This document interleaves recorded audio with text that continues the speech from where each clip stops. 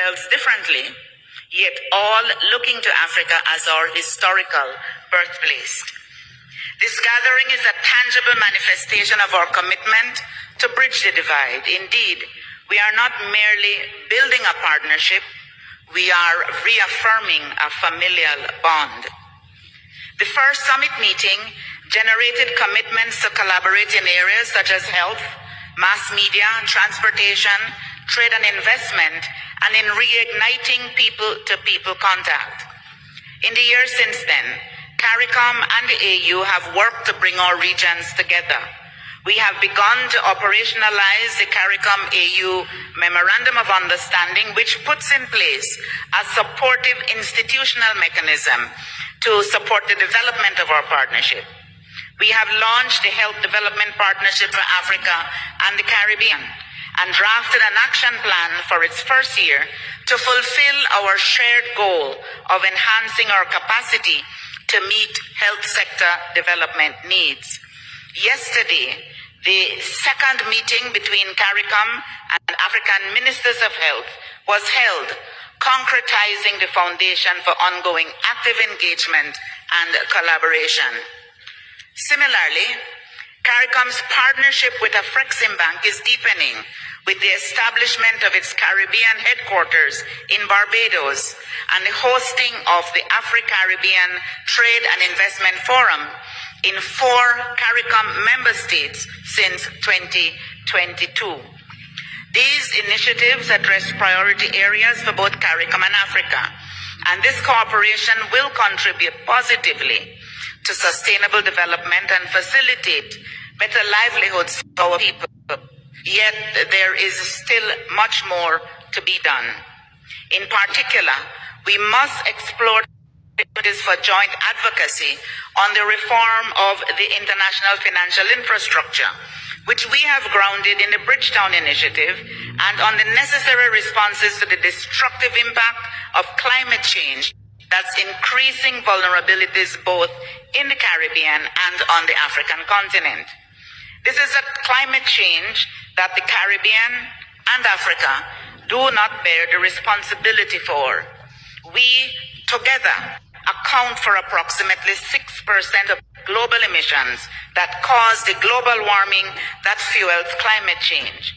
But we are bearing an inordinate burden of the impact. With regard to the challenges of transportation between the Caribbean and Africa, there are initiatives that we need to work on, such as the Multilateral Air Services Agreement, and I look forward to further discussion in this regard. We have already seen positive action on the bilateral front, such as the joint venture between Antigua and Barbuda and Nigeria for LIAT 2020 to ply routes in the Caribbean, providing necessary inter-island connectivity for the movement of goods and people. Increased trade and investment by our private sectors remain urgent and critical if our 2 regions are to attain the development potential that is both necessary and possible. Excellencies, distinguished ladies and gentlemen, there is undeniable potential in the growing partnership between Africa and CARICOM.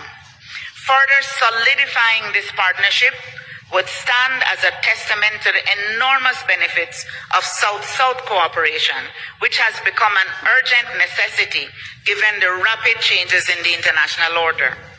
It also reflects the reality of our contemporary world.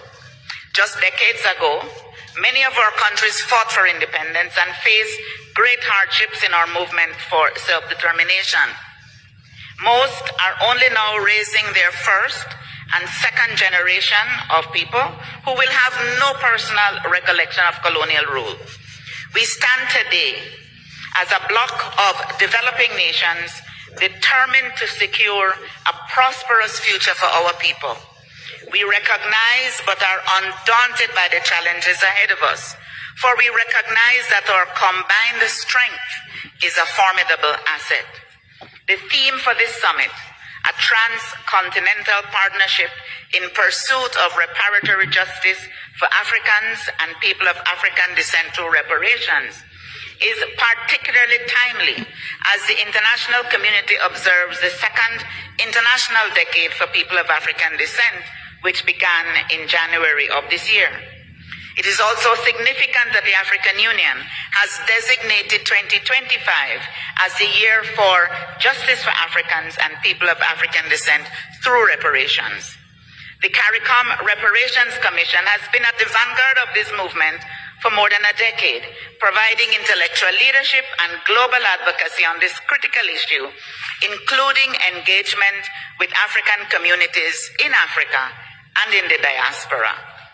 This summit notes the injustice of colonial rule and the transatlantic slave trade and acknowledges that we must be unified in our demand for due compensation for the exploitative practices that traumatized and disadvantaged millions on both sides of the Atlantic.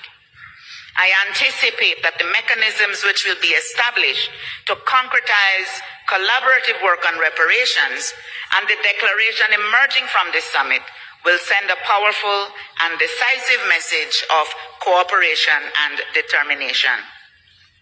Heads of state and government, ministers, colleagues, this assembly is guided by the Pan-African ideals set out by iconic minds from the Caribbean and from Africa, with Marcus Garvey, Patrice Lumumba, George Padmore, Jomo Kenyatta, and Kwame Nkrumah among them.